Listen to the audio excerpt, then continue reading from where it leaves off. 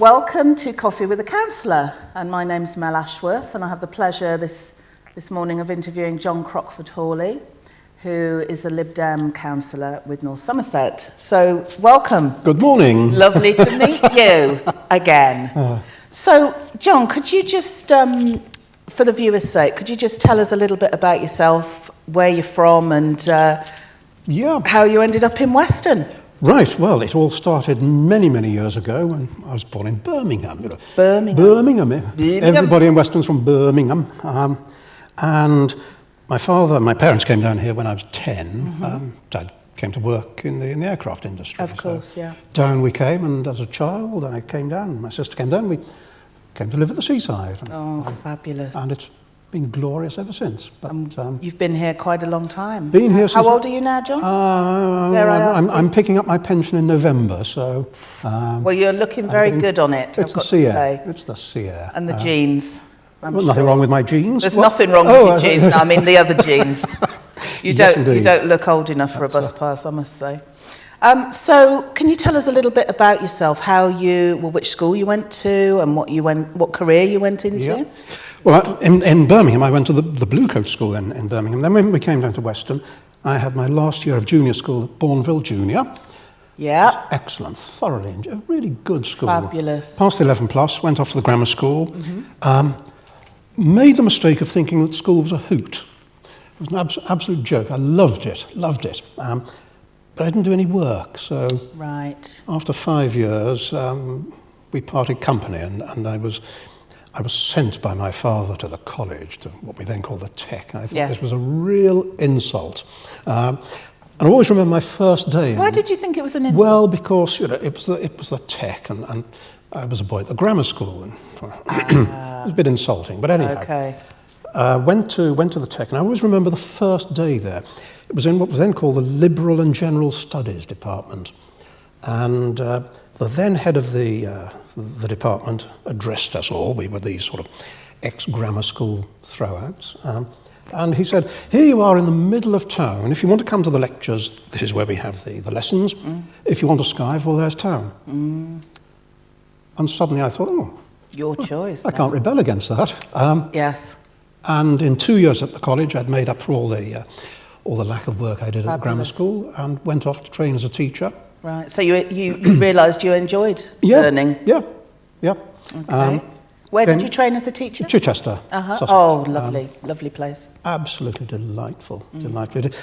That whole city environment of the festival theatre, the cathedral. Chichester was stunningly good. I mean, the dean of the cathedral had this wonderful art collection and fabulous. The music. It introduced me to a whole new world. A whole new world. Wonderful. A world of inspiration. Yes. And then I went to Bristol, had a job teaching at Colston Boys' School. Yes. And came back to Weston. What did you teach, John? Geography. Geography. Yeah. So I could find my way around from Bristol to Weston. It helps, doesn't it? Absolutely. Yeah. And came back to Weston, got a job at Wyvern. Oh, and rose through the ranks and became head of geography there. And stayed there I thought I'd stay at Wyvern for about 3 years. You know, there's something in the ozone at Weston makes us all rather lethargic and lazy. And how long were you there? 25 years. Right. Okay, and, 25 years. So you've seen 2 or 3 generations. Absolutely. Of young people coming up. Yeah, I've taught not only the kids but their parents as well, which that's quite scary, isn't it? Well, no. I've never once, ever in 25 years, and in the years since, I've never once felt ill at ease in Weston as a result of bumping into either pupils or ex-pupils. And people speak to you that they remember you. When some teachers who, they live in Bristol and commute to Weston, they say, I couldn't live in the catchment area. Why not? Good for you. Why not? Good for you. I mean, the only problem that's ever occurred is if you're in the pub and some of them are drunk too much, they're a bit over-friendly. But surely you get them, they buy you pints and... Seldom have to buy my own beer. Fantastic. There are certain benefits. Yeah. How did you get into local politics then? Well, I've always had an interest in history, and particularly in buildings, in architecture, and way back in the 1970s, some friends and I, we were all young, bright things then. We started the Civic Society in Weston to campaign against what the council was then doing. I mean, some terrible developments. I mean, can you find anything in Weston from the 1970s that is actually good? And we were objecting, and the Civic Society then... Are you thinking like places like Dolphin Square? Oh, quite. Yes. Quite. I mean, a thing of beauty and a joy forever, isn't it? What Hitler didn't manage to do, the councillors did. Idiots. And so we all started this protest movement, and I very quickly came to realise that if you want to change something, you've got to get in where the power is. I mean, that's what it's about. So. Yes. How old were you when you became a councillor? Oh, I was a mere child. I mean, in my 20s. Wow. And then I became mayor in 1984. Oh, so okay. Hair was a different colour then. What colour was it? Well, it was when I was a kid, it was blonde, and then it became sort of mousy, and then there's a family tradition on my father's side of going grey rather early, but not losing it. Fabulous still there. white hair. Fabulous. Great. That's interesting, John. Just looking. But with the council, again. I've been in and out of the council. Right. I tend to be a sort of seesaw councillor. Why is that then? Oh, democracy gets in the way. They kick me out every. Okay. I'm in for 4 years, then out for 4, then back in for 4. Yeah. So, and being a Liberal Democrat, of course, there's no such thing as a safe Lib seat. Yeah. I mean, there's certain people on the other two sides in certain seats that can go on forever. Well, that's what we have in Weston, out. isn't it? Yeah, there's a reputation for people being there, growing up there, growing old there, and being totally out of touch with what the majority of intelligent community members actually want. It's very easy to be out of touch. Very easy. Much more difficult to be in touch. How would you recommend that councillors stay in touch, John? Oh, you have to be involved in things. I mean, there are some councillors who aren't actually involved in anything. Absolutely. You also have to be happy meeting people at their level, whatever their level is, and I don't mean that disparagingly. No. I mean, I have no problem being in a pub at 1, 2 o'clock on a Sunday morning. Yeah. Doesn't worry me, and if people are a bit over merry, well, that's part of life. Yes. So you're not intimidated? I mean, I say this to me. I have never ever walked through Weston at any time of the morning and felt threatened. Now I know some people have been threatened, and that's unfortunate. Yes. But I get very annoyed when old people, and I speak as an old person, when old people say, "Oh, you can't go out after dark. It's too dangerous." The incidence of people with grey hair being attacked after dark... I don't know if I've ever heard of one. It's almost zero. The problem is, I mean, you talk to A&E at the hospital, the problem is on a Saturday night, young people on young people. Absolutely. That's where the fisticuffs are. Young people attacking people of my age. Not happening. My mother, when she was in her 90s, would happily go into a pub, and if there were some boisterous lads there, they'd invariably... Hit them with a handbag, probably. They'd offer her a seat, or she'd go up and chat to them. That's, often an elderly person can diffuse a situation as well. If we go around constantly thinking that people who are a bit younger than we are going to threaten us, it's sad. It's very sad. On the whole, they're not threatening us. Thank you. That puts a whole different perspective on it. And yes, that brings me on to my next question. Sorry, did you want to say something? It's a particular problem, I think, in seaside resorts and in places like Weston. I mean, the demographics of Weston are heavily geared to the elderly. Yes. Many of whom, not all, but many of whom, lead a very blinkered lifestyle and consider that anything slightly beyond their experience is suspect. Can you enlarge on that? Well, some example. I've seen people go off to protest meetings, held during the day, of course, because it's in daylight, so they're not feeling threatened. They'll go along and complain about the poor bus services, but they'll turn up in their cars. And always moaning. Yeah. I can't be bothered with people who are always moaning. Yeah. Because actually, in this town and in this society we live in, we have so much. We have an abundance of everything and anything we could possibly want. Life is great. I mean, people... Even those on very low incomes. Yes. I mean, people of my generation, we are so lucky. Look, I was born the year after the war finished, so I'm part of that baby bulge. I have gone through, getting on for 65 years, without ever feeling external threat. And the chances are I'll get through the whole of my life without ever being involved in warfare. Now, that's something which my parents' generation didn't manage to get through, my grandparents' generation didn't manage to get through, but my generation can. So there are many things to be grateful for. Absolutely. However, on that line, some young people are scared. Yeah.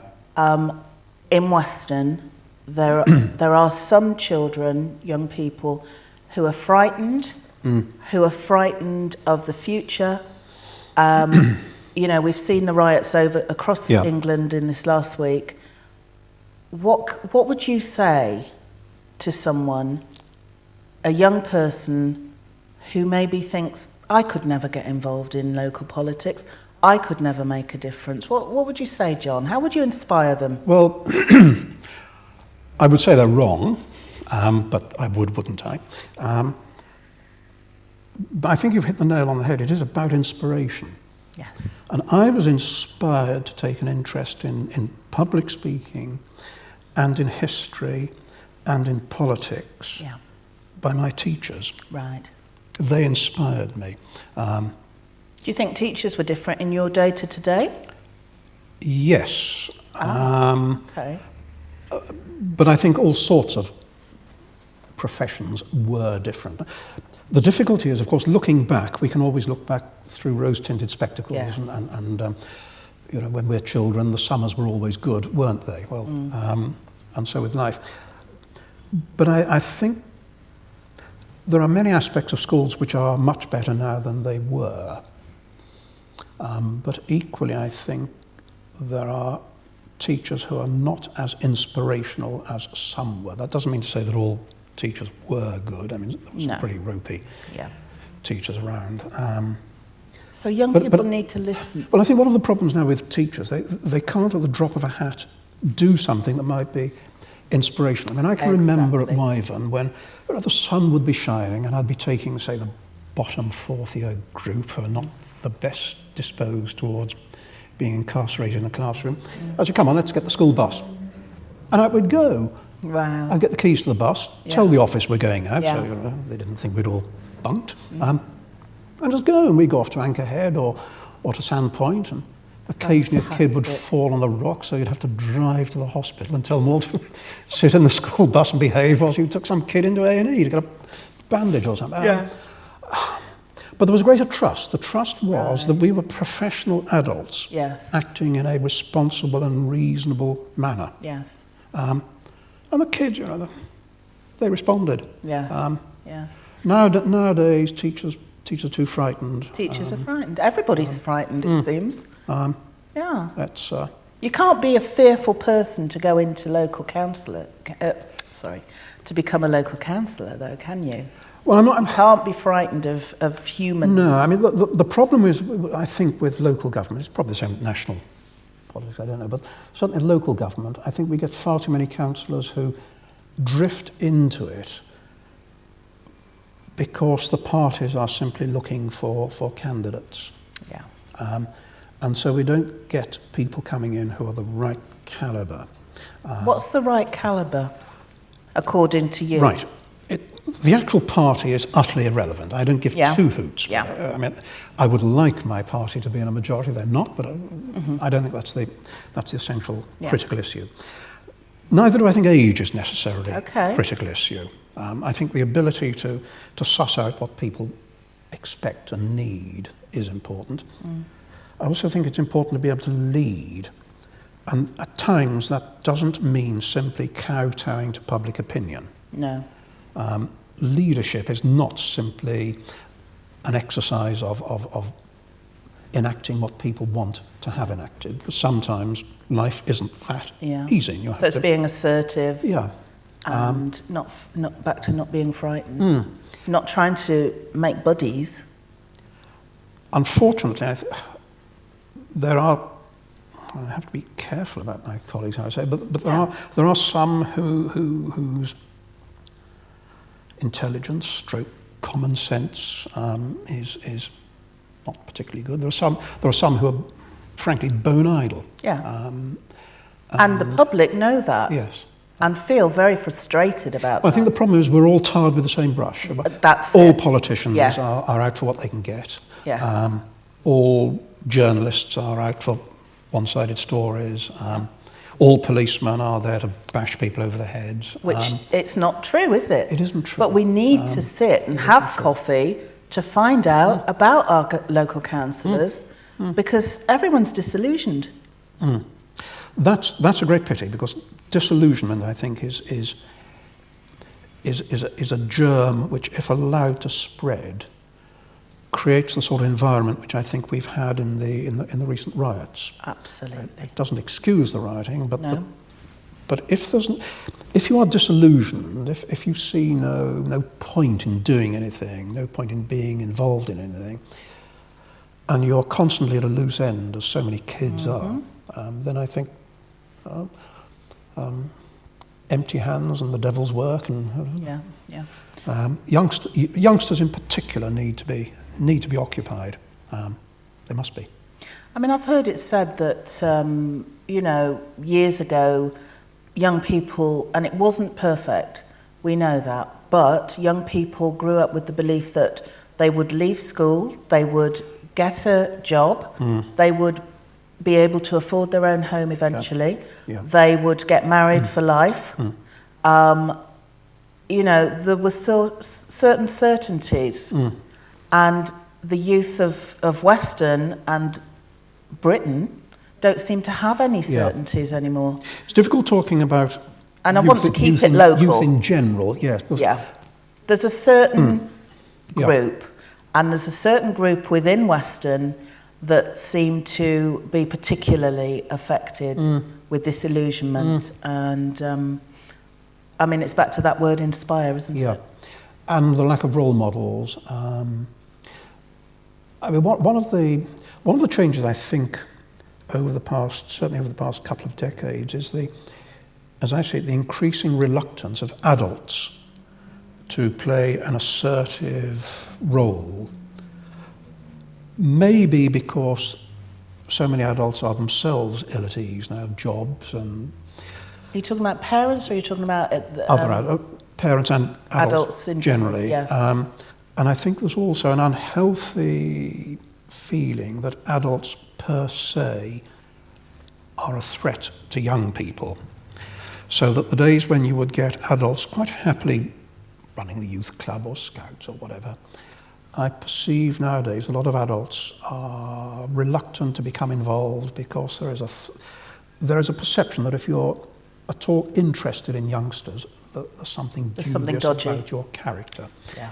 And that I find very, very disturbing. Yes. And kids, I think, are also being brought up to believe that adults are a potential threat. I find that extremely unhealthy. Extremely unhealthy. When you hear people, a child falls off his or her bicycle and adults won't go and help just in case there's a question about it. It's not. It isn't good. Normal. It isn't good. No. No. Okay. Now, I have a funny question here, but I'd like to know, John. Do you want a funny answer? Or? I'm happy to have a funny answer.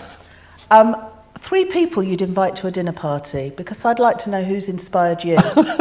3 people? Alive, living or dead? Right, well... Which conjures up quite a picture. Well, if I invited 3 dead people, I could invite a number of councillors I know. So it's 3 live... Right. I would like Melvyn Bragg, because I love listening to him. I would like the Archbishop of Canterbury, because I think his brain is outstanding and he is often misrepresented by the media. Right. So Melvyn Bragg, the Archbishop of Canterbury. Who else? Oh, I'll invite you. How's that? You're a charmer. And then we'll have a good supper party. As long as I'm not cooking. I'll cook. I like cooking. You like cooking? Oh, yes. Food was a wonderful invention. Food was a wonderful invention. Yes, yes. We won't start talking about that. Food and wine and decent beer. What's your favourite food? Well, yesterday I mustn't mention this on the media, but there was a certain supermarket I found myself in the town centre, and a great bag of mussels were there, and I thought, I shall take those home. And I steamed this bowl of mussels, and I opened a rather decent bottle of something white, and because the mussels were half price, okay, they weren't off, but you know, they have to be very careful about these things. My meal yesterday cost me the princely sum of £1.50. Now that's what I like, a councillor who knows how to dine out. For £1.50. For £1.50. Don't accept an invitation from me, but Fantastic. you'll get a very cheap meal. Fantastic. Now on a serious note. Oh, that wasn't serious. Oh, right, okay. Can you tell us what's happened with Peer Square? Now you were involved from the start, weren't you? Yeah. Can you tell me how you were involved, what part you played? Right. And why we now have to refer to it as Princess Royal Square? Because none of us are going to. Quite. Well, let's go back to the beginning. When I was last on the council, before the present session, I was the executive member for strategic planning. Okay. The role which Elfnat Rees now has.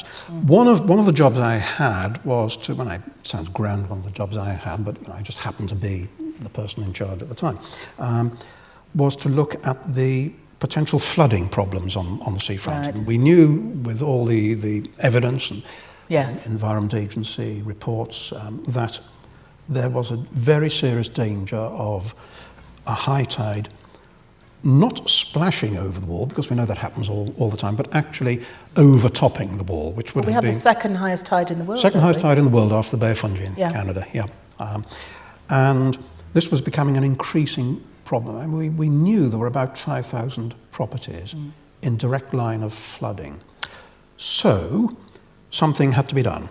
And the Environment Agency produced various plans, including building up the present seawall considerably higher than it is, putting rock armour in place of the beach. Rock armour? Which is huge blocks of rock. Okay. So the waves break further Yes. out, and it would have looked awful.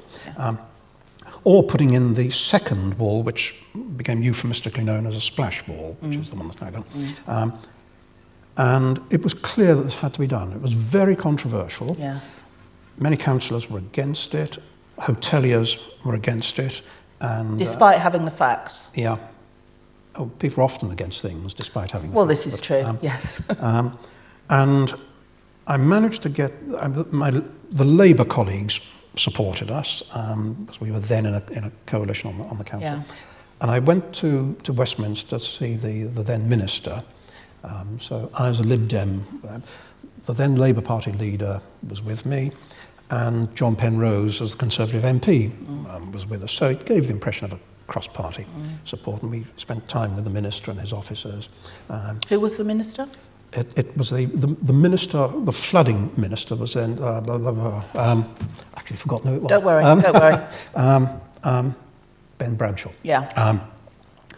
And we came back from London wondering what would happen, because the money, I mean, the figures, sort of 30 million quid. Yeah. And Western was in the peculiar position of owning its own sea defences, where most other authorities was owned by the department, by the government. And in the end, I have to say, the government came up trumps. I mean, I cannot criticise the previous government for this. They coughed up the money and guaranteed that they would cover inflation as well for the whole project. And on the back of that, we were able to get the whole of the seafront rebuilt. Yes. But it was it was built on the money that was basically there for flood protection. Okay. And there was a campaign against me for it, but A campaign against you? well, because I was forcing it through, and By the hoteliers and some of the councillors? so I lost my seat 5 years Right, ago, and okay. the councillors who actually won had been opposing. Been opposing, yes. So now we're in this sort of certain irony, when I look at the success of it now, where the present administration, the leader of whom actually opposed it, now claims that this is a good job they've done. Well, that's politics.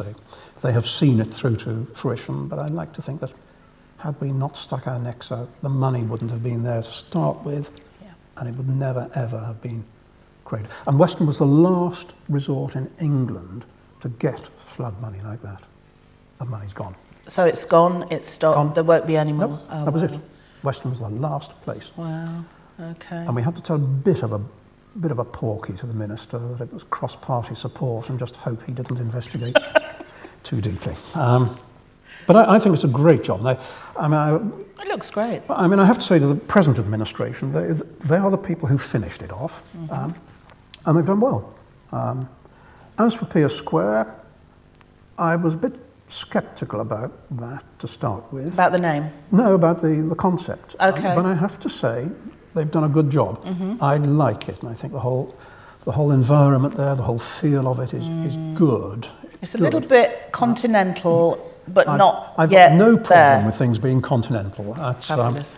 as for the name, well, quite frankly, Princess Royal Square, I think, is silly. It is Pier Square. It's in front of a pier. We'll just call it Pier Square. I mean, Princess Anne's a great worker. She's a good egg, but does she really want to? Did she go to school in Weston? Is that? Princess Anne, did she come to school in well, I'm wondering why. I'm not allowed to say.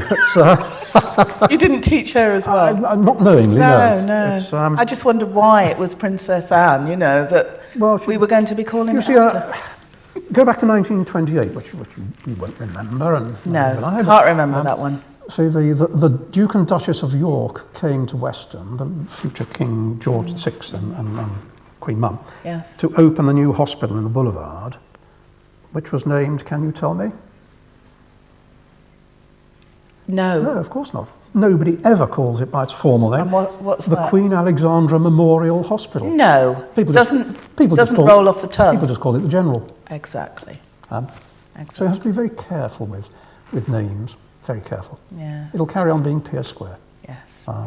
So I should be hanged at Whitehall from. I'll be accused of being anti-royal, but I'm not. Never. John Crockford Hawley, it's been a pleasure. Pleasure for you, and thanks for the coffee as well, which is now cold. Thank you. Thank you for tuning in to Coffee with the Councillor. My name's Mel Ashworth. Please email your questions on the address below, and we'll look forward to seeing you next time. Thank you, John. That was great. Fabulous. No, this is cold. Loved I'm sure. it.